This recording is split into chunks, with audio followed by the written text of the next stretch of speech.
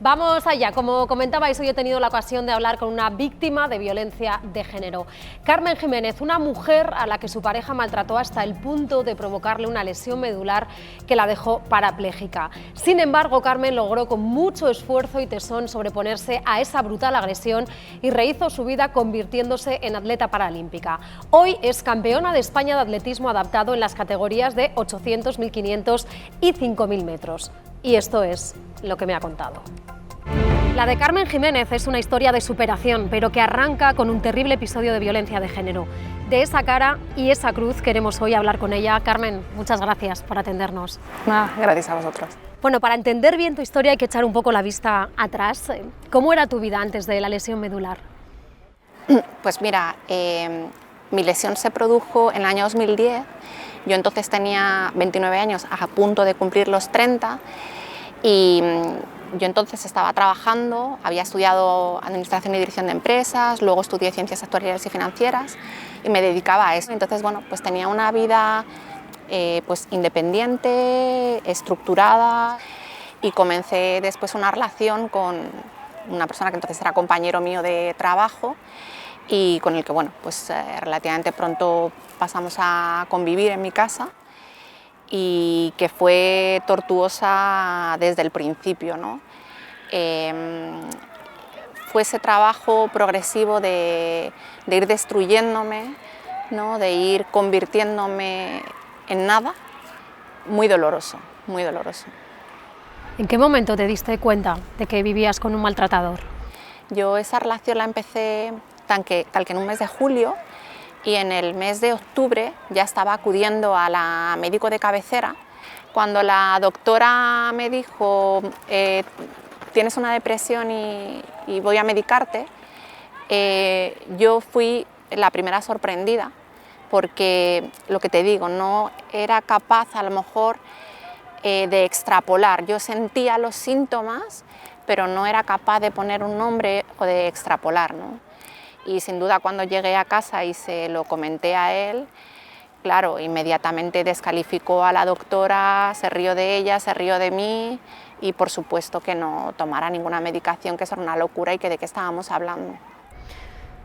Eso fue en torno al 2008. En el año 2010, imagino, Carmen, que no has olvidado, ¿no? El día en el que una agresión te provocó una grave lesión y te dejó en silla de ruedas. Ese día fue especialmente agresivo en la cuestión, dijésemos, física, en el sentido de que pues, se puso a tirar cosas en casa, esa violencia que él era más la parte psicológica, emocional y personal que la física, ¿no? Pero ese día también fue esa parte de tirar y tal. Yo sabía que algo iba a pasar. Y bajé, yo vivía en un dúplex, bajé las escaleras de la casa y me encerré en el baño y esperé. Y ya bajó las escaleras, le oí perfectamente que bajaba, intentó abrir la puerta y oí como él llamaba al ascensor y yo lo oía subir. Oí como el ascensor bajaba y oí las llaves previamente y interpreté que se había ido. Y esperé unos minutos, cuando ya no oí nada, abrí la puerta y me le encontré frente a frente. ¿Y tú hoy no vas a ir a trabajar?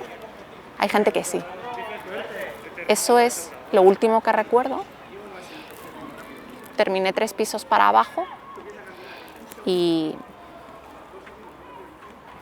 hasta ahí. Te tiró por una terraza. Sí. Imagino que cuando te despiertas en el hospital y te cuentan lo que ha pasado y cómo va a ser tu vida a partir de entonces, ¿cómo reaccionaste? Toda esa primera parte inicial de recuerdos también las tengo bastante borrosa, porque estaba de hecho entubada, yo no podía hablar, tenía costillas clavadas en los pulmones, no podía respirar, tenía una lesión medular completa. Sí recuerdo esa sensación de no poder mover las piernas, ¿no? Y no sentirlas. Carmen, en aquel momento tú denuncias, ¿verdad? ¿Qué pasa con esa denuncia? Bueno, ocurre todo eso y no hay un atestado policial. No se toma declaración a nadie, ni siquiera a mí. Ya me autorizan a salir del hospital, lo primero que hago es acudir a la policía a denunciar. Y cuando ya luego se inició todo el proceso de investigación y toda la instrucción, pues fue un auténtico despropósito, porque a modo de ejemplo, por ejemplo, la parte pericial, te citan un día 3 mujeres, una psiquiatra, una trabajadora social, una psicóloga, acribillándote a preguntas muy profundas, muy íntimas, indicar con qué facilidad establecía relaciones personales con hombres. Fue un horror, porque me sentí señalada y me sentí como él me hacía sentir, que era culpable. Y el sistema me hizo sentir lo mismo, me hizo sentir culpable. ¿Él qué justificó? ¿Qué explicación dio? Mira, él dio 3 versiones distintas de dónde estaba y de qué estaba haciendo. ¿Por qué archivaron tu caso? Sobreseimiento por falta de pruebas, es lo que indica el auto. Falta de pruebas. Yo no he relatado el hecho concreto porque no lo recuerdo, pero he relatado casi 2 años de relación, ¿eh? Esa la recuerdo muy bien. Pese a todo eso, Carmen, tú sacas esa fuerza que tienes, no te quedas ahí, te refugias en el deporte, ¿no? ¿Hasta qué punto ha cambiado tu vida? Bueno, el deporte para mí ha sido un poco una tabla de salvación, ¿no? Es verdad que vino bastantes años después y vino pues a raíz del nacimiento y fallecimiento de mi hijo Bruno, que fue en verdad el motor de muchas cosas en mi vida y también del atletismo, ¿no? Tu hijo nació y murió en 2018, ¿verdad? Tú en ese momento dices, tengo que correr con él, ¿no? para salir adelante.